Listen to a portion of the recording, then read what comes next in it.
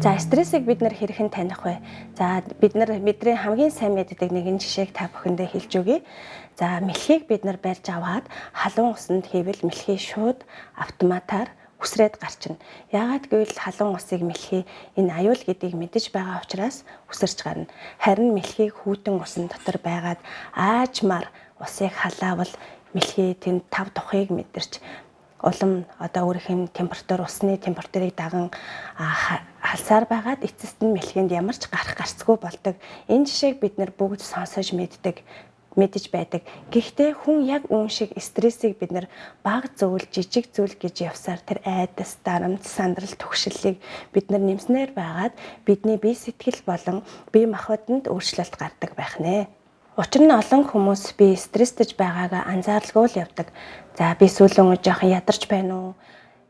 Бага зүйл, жижиг зүйлд уур хурч байна, анхаарал төвлөрөхгүй байна, нойр хүрэхгүй байна гэдэг зэргээр өөрийгөө хэлдэг бол энэ нь өвдөх биш харин стрессийн тохио байж болох юм аа.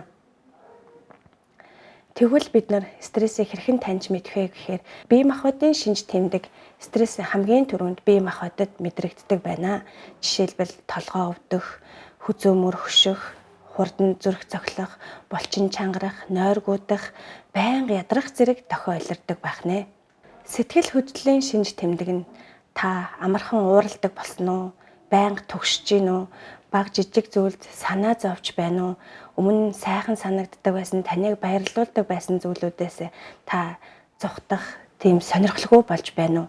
Тэгвэл эдгээр нь сэтгэл зүйн стрессийн тохио байх нэ. Бодол анхааралд тэгвэл ямар нөлөө үзүүлдэг вэ гэвэл стресс тархинд дараах байдлаар нөлөөлдөг. Анхаарал төвлөрөхгүй болох, юм мартах, шийдвэр гаргахад хэцүү болох, хит их бодох, сөрөг зүйлийг дахин бодох шинж тэмдэг илэрдэг байх нь харин зан төлбөрийн хувьд бас стресс бидний зан харшинчинд хэрхэн илэрдэг вэ гэвэл ганцаараа байхыг хүсдэг, бусдаасаа жожигрох, хит их хоолны зуршилтай болох, хит их хоолны зуршилгүй болох гэх мэт мөн утас сошиалын хэрэглээ ихсэх, за ажлаа хойшлуулах зэргээр бидний зан төлөвт илэрдэг байх нэ. Заримдаа стресс бидний биеэр дамжиж, бодлоор дамжиж таны зан аршингаар илэрдэг байх нэ. За тэгвэл тиймээс та үе өөрөөсөө 3 асуултыг асууж байгаарай.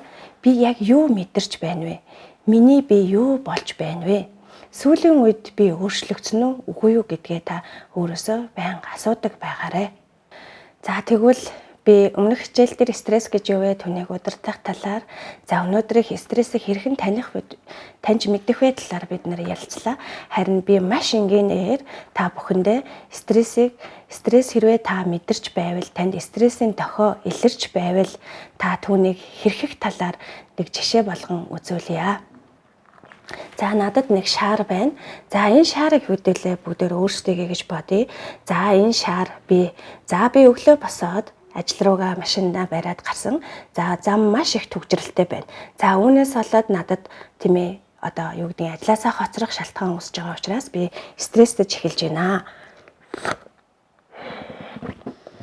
За эдийн хэмжээний стрессийг би ингээд авсан байна.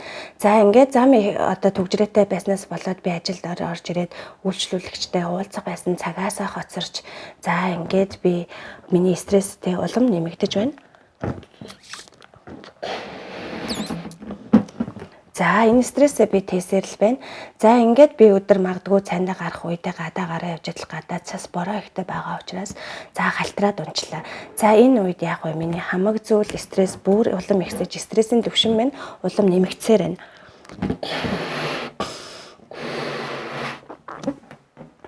За ингээд би бүхэл өдөрж энэ стресс маань ингээд миний дотор явсаар л байна. За яг энэ үед магадгүй манай хүү ч юм уу над руу залгаад ямар нэгэн болохгүй зүйлээ хийлээ гэж хэлэх үед би яах вэ? Та энэ үед бас яах байсан бол нэг бодоод үзээрэй. За ингээд энэ үед хүүгээс ирсэн дуулгаас олж би дэлбэрэх болно. За тэгвэл энэ ингээд стресс минь юу болсон бэ? За энэ шаар хагарах үед танд ямар мэдрэмж төрсөн бэ? Таны чихэнд юу мэдрэгдэж байна вэ? За маш тийм чанга хатуу магадгүй таны чихийг хүртэл өвдөгсөн ийм мэдрэмжийг танд өгсөн баг. За тэгвэл би өөрөө энд ингээд дэлбэрээр хагарчлаа. За стрессийг бид нар биедээ өдөр болгон баг гэж тийсээр явах юм бол бид нар ийм нөхцөл байдалд хүрдэг. Харин бид эсрэгээр стрессийг яах талаар даван тоолох талаар бид нар амьсгалын дасгал хийсэн. Харин одоо би та бүхэндээ стрессийг та багаар хэрхэн даван тоолох талаар дахин нэг аргыг харуулъя. За би өглөө ялгаагүй би гэрээсээ босоод гарсан, зам төгжирсэн байсан. Зам төгжирснээс болоод миний стресс нэмэгдсэн. За би энэ стрессийг аваад ороод ирлээ. Би ажил дээр орж ирээд за энэ стрессээ би гаргалахгүйгээр ажлаа өргөжлүүлэхгүйгээр таны эргэн тойронд тантай ярьж болох хэн нэгэн байна. Таны итгэж болох хэн байна. За та хажуудах хүндээ ч юм уу ямар нэгэн байдлаар та энэ авж орж ирсэн энэ стрессээ багаар та гаргаарай. За миний стресс гарч байна. Гарахтаа магадгүй та маш зөөлнөр ямар нэгэн байдлаар бусдад ямар нэгэн гим хоруул учруулгүйгээр та гаргаарай.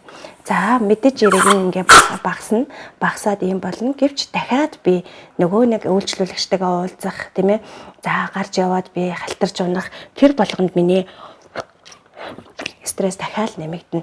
Харин энэ үед та энэ зүйлийг стресс гэж та стрессийн дохио гэж мэдэрч байвал та багаар гаргаж сураарай. За тэгэхээр танд стрессийн дохио илэрч стресс гэж та үзэж байвал стрессийг та маш зөв аргаар маш энгийнээр та стрессийг гаргаарай гэж тань зөвлөмөр байна. Өргөжлүүлэн та бүхэн Сайн Улаанбаатар хөтөлбөртэйгээ хамт байгаарай.